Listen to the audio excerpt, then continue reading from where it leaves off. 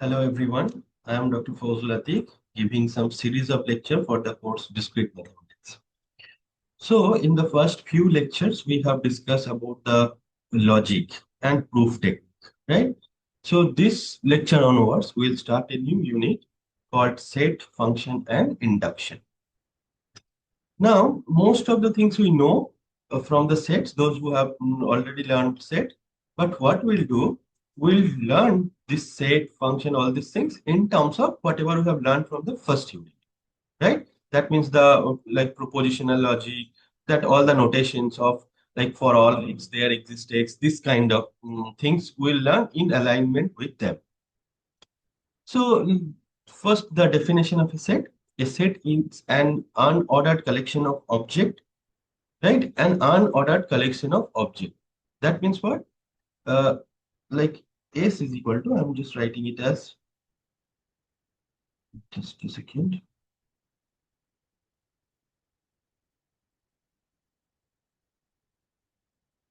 Suppose S is equal to the set as 1, 3, 5, and 7. Suppose this is a set. Now, this is an collection of object and it is an unordered collection. So this set and this set are same basically, right? So these two sets are same because this order does not matter. Then the object in a set are called the elements or member of the set. Yes, these are the elements or member of this set. All of them are the elements or members. And for any element A, if it is in that set, we'll say that A is belongs to A, right? And if A is not belong to A is not in the set, we'll say A does not belongs to A. This is how we can denote that whether some element is there in the set or not. These are some examples. We all know that set of all vowels, it is capital, we denote it by capital E, V, and then this is the set as A, E, I, O, U, right? This is a like a set, you should write it in within the second bracket, and then the inside there will be the element. Then this is another set, O is equal to X, such that X is an odd positive integer less than 10. Then who are all odd positive integer less than 10? It is 1, 3, 5, 7, and up to 9. This is another way. So this notation we call it as a set builder notation. So you would say that X such that you are constructing the building the set, right? X such that X is an odd positive integer less than 10. So here the set elements are not mentioned, but you can build the set, right? So this is called a set builder notation. And then once you realize what are all element X, then you understand, okay, these are the elements. So you have written the exact element in this set. Then we have many more examples. All of them are infinite set. You can see n is the set of all natural number, right? Z is the set of all integers. Z plus set of all positive integers. Q is equal to set of all rational number, which are of the form P by Q, where PQ belongs to the integer set and Q not equal to 0. And then R is the set of all real number. These things we all know, and then how to denote them, we are writing them. And then R plus is the set of all positive real number. C is the set of all complex number, right? So these are all examples of a set of some sets. Okay, now I have one more example. Look at this one. This is also a set, right? This is also a set. And element of each sets are also some set. So N, Z, Q, and R, all of them are sets, right? All of them are actually infinite set. But this set is a finite set. The set which I have mentioned it here, it is a finite set. Its elements are set which are infinite set, but this set is a finite set because it has only 4 number of elements. I hope you should understand that. Okay, next. Two sets are equal if and only if they have the same elements, right? Two sets are equal if and only if they have the same elements. And how you will say that using our quantified notation? So we say that A and B are two sets which are equal if and only if we have these things, that for every x, if x is belongs to A, only if x is also belong to B. If you have these things for all element x, then you say that the sets A and B are equal, right? So if you have understand these things, we can, let me give you an example. So suppose I have a set A is equal to 1, 2, 3, up to that. And I have a set B is equal to 1, 2, 2, then 3, 3. Now tell me whether these two sets A and B are equal or not. If you see the conditions that A two sets are equal, if and only for every x, if x belong to A, it will imply x belong to A, right? So now we check that A, is there any element which is in A but not in B? No. So all element, 1 is there in A, it is in this. 2 is in A, 2 is in B. 3 is in A, 3 is in B.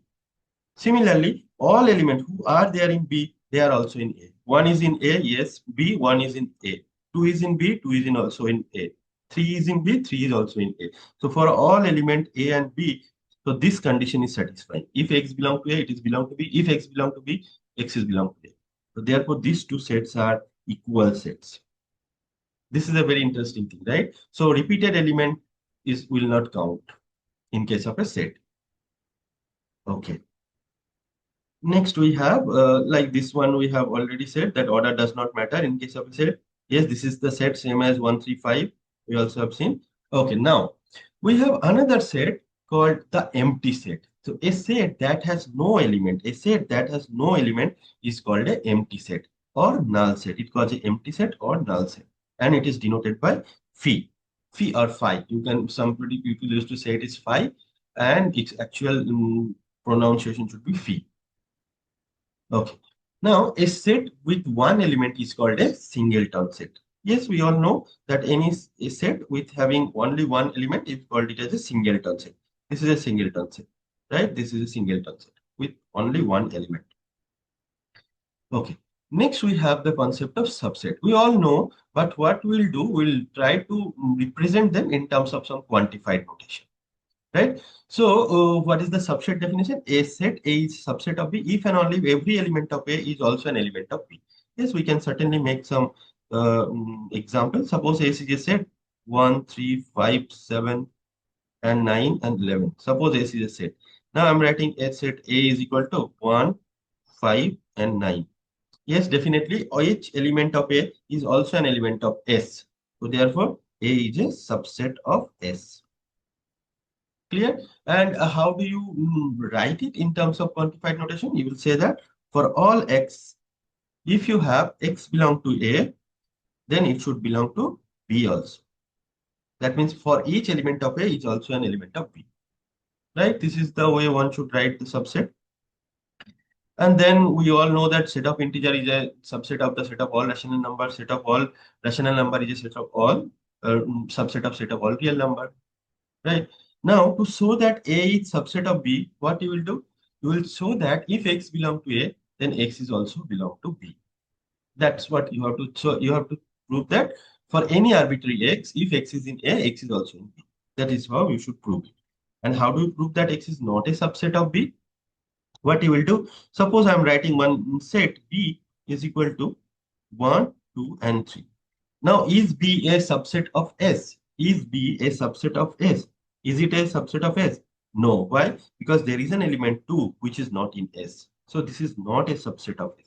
How do you prove that? You check that one element is there which is not in S, right? So now how do you say using logical thing that to show that A is not subset of B, find a single X in A such that X does not belong to B. Yes, we have done in that way only. Okay. Next, we have for every set A, for every set S, we always have that phi is a subset of that set, and the set itself is a subset of that set. Yes, because phi do not have any element, and it's in set, it should be a subset of the set. And S, all elements of S are also in the belong to the element belong to the same set S. Therefore, it is again a subset of that set. So for any set S, P is a subset of S and the set itself is a subset of S. S is a subset of S. So both the cases, they are the subset. Uh, okay. Now, proper subset. If a set A is a subset of a set B, but A is not equal to, then A is a proper subset of B. And we write A is a proper subset of B. So in this case, this equality sign, subset equal to sign will not be there. You will only say that A is a proper subset of B. Right? So like if you see that previous example, we had written already. It was where it was got dropped. Okay. So suppose I am writing that okay, then A is a set which is 1, 3, and 5, and B is a set such that 1, 2, 3, 4, and 5.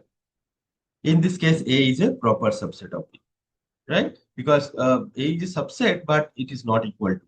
Then it's a proper subset of B. How do you prove that A is a proper subset of B? Then what you have to do for all x. So you have to prove that it is a subset. So for all x, x belong to A implies x belong to B. And there exists an x belong to B, there exists an x such that x is belong to B and not belong. Yes, just look at the previous example.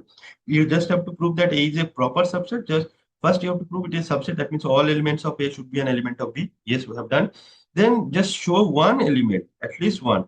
Let's check two, which is in B but not in A. Therefore, A is proper subset of. This is how we should do it. So there exists an x such that x belong to B and x not equal to A. This is easy. Now, cardinality of a set. Cardinality is what? Let S be a set if there are exactly n distinct elements in S, where n is a non-negative integer. We say that S is finite set and n is the cardinality of the set S. So number of distinct elements, because you know that in case of a set, that repetition will not have any value, right? So distinct element will only you will count, and that is called the cardinality of the set, and we denote it by mod of S. That is the size of the set S. If A is said to be an infinite set, if it is not a finite. Yes, we have already seen a lot of examples of the infinite set. And then look at that set of all files. What is the cardinality? It is 5. Set of all alphabets. What is the cardinality? It will be 26. Right. Set of odd positive integer less than 12. What is that set? 1, 3, 5, 7, 9, 11. So number of elements is 6. So cardinality of this is 6. Now we all know that set of all positive integers is infinite. We already have learned this, right? We have already done some examples of it. Okay. Now it's another concept called a power set of a set. Given a set S, the power set of S is the set of all subset of the set S. The power set of S is denoted by P of S, right? So set of all subset of a set, right? So suppose I have a set S. S is equal to 1, 2, 3. Now how many subset we have? We'll see. So power set of S is denoted by P of S, and it is the set of all subset of the set S. Now how do you find the subset? We all know that for any case set S, that set itself and phi, both of them are subsets. So we have to consider them. And then you have to take all other possible subsets. So that means what is the subset having zero number of element? Yes, phi is the subset which is having zero number of element. Then all subset having one number of element, or that means all the singleton subset. So it is 1, 2, and it is 3. Then take all the two subsets, like subset having two number of element, 1, 2, 1, 3, and 2, 3. And what is all subset having three number, which is only one subset you have, such that which is the set H itself. So these are the all set of all subset of the set S. So this is called the power set.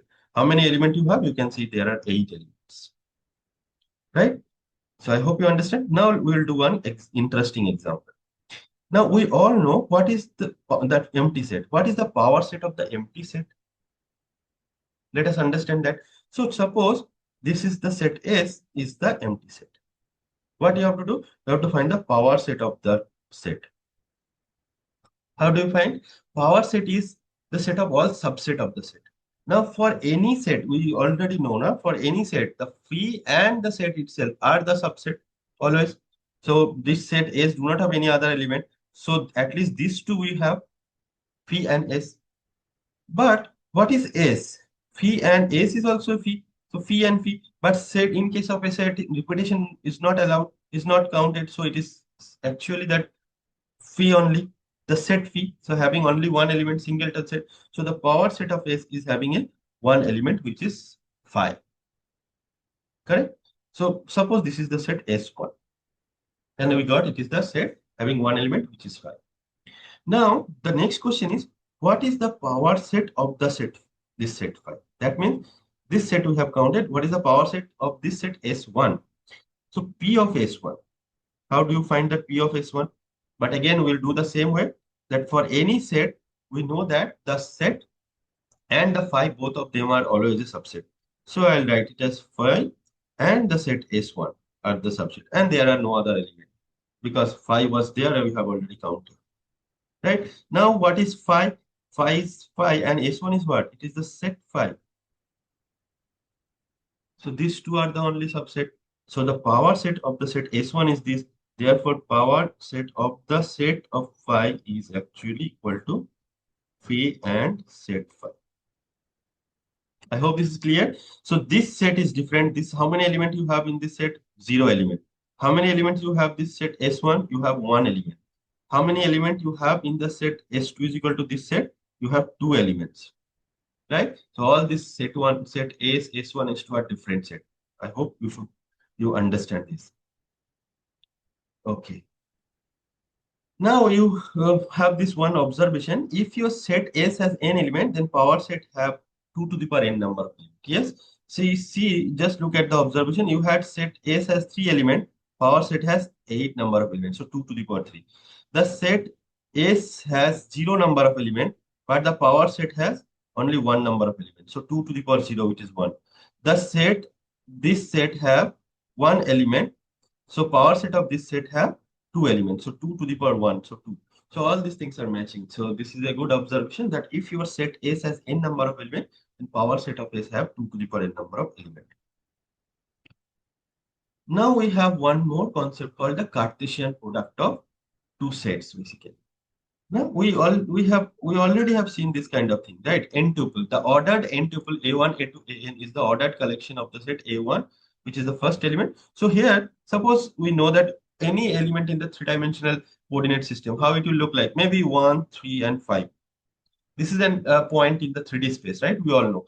And these elements orders matter, right? 1, 2, 3, 1, 3, 5 is not equal to 3, 1, 5. These are the different point in the three-dimensional place. So these orders matter. So these are the ordered three tuple. Ordered three tuple. So the first element A1 is in the set first A1, 3 is in the set A2, and 5 is in the set A3. So these orders matter here, and that we call it as three tuple, right? So each of them, like the first element, it should be in the first set. The second element should be from the second set. Third element should be from the third set, right? In this way, this like once we will do the Cartesian product, we'll say that. But the that n tuple is this. This is the first element. This is the second element. This is the third element.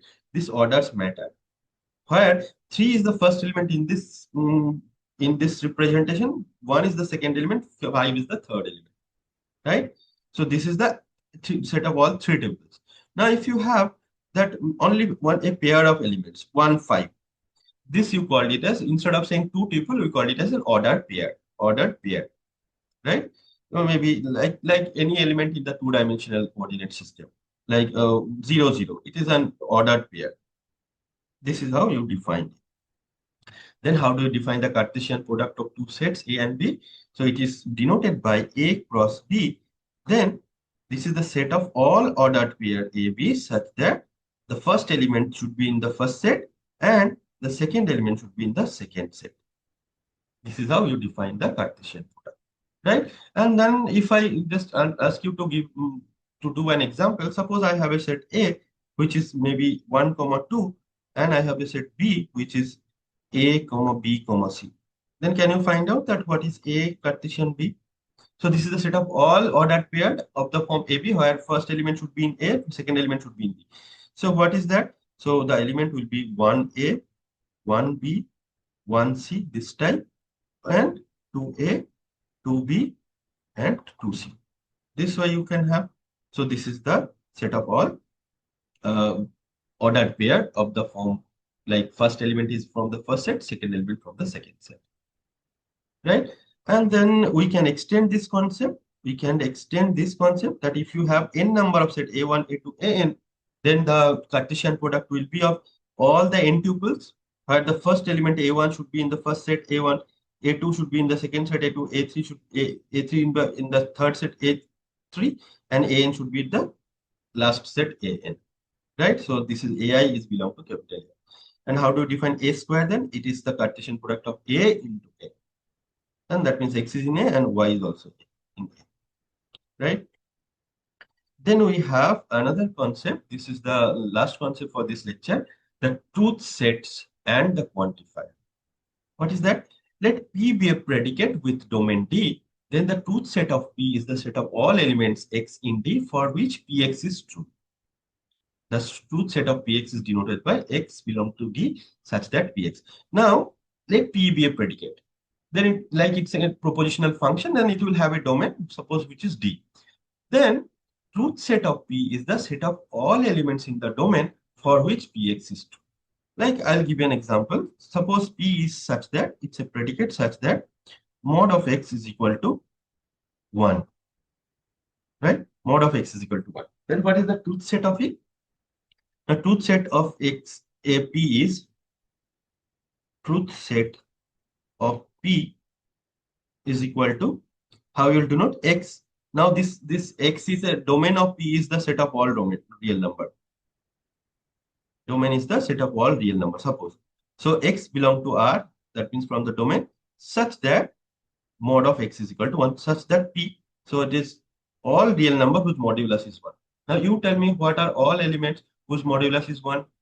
Yes, we know that there are two elements in the real number set, which is 1 and minus 1, whose modulus is 1. So therefore the truth set of P is minus 1, comma 1. Clear? So in this way, if I ask you that suppose Q is the set such that x square is equal to 2. And what is the domain? Domain is the set of all integers. Domain is equal to set of all integers. Now can you tell me what is the truth set of this? Truth set of Q. Truth set of Q is the set of all element x belong to the set of integers such that x square is equal to 2. Now you tell me what are all integers whose square is 2? Is there any integer? No, there is no other integer. So therefore this set is an empty set 5. There is no such element. Right? Now if you have your another set maybe R such that mod of x is equal to x. What is the domain? Suppose domain is the set of all integer again. Then you tell me what is the truth set of R? Truth set of R is what? So it is the set of all integer such that modulus of x is equal to x. What will happen? That means set of all positive integers. In this case, it will be z plus. And union 0 also. 0 in case of 0 also it will happen. Right? Because all modulus is equal to the exact value. Mod x is equal to x. For all positive integer it will happen. And also 0. Therefore, truth set of R is equal to set of all integers including 0. Right? So up to that, I thought to discuss for this lecture. So I hope you understand them. I hope you enjoyed them. If you like it, you may give the comment. If you want it in a different way, you may also write it in the comment box. Thank you very much. We'll meet in the next video.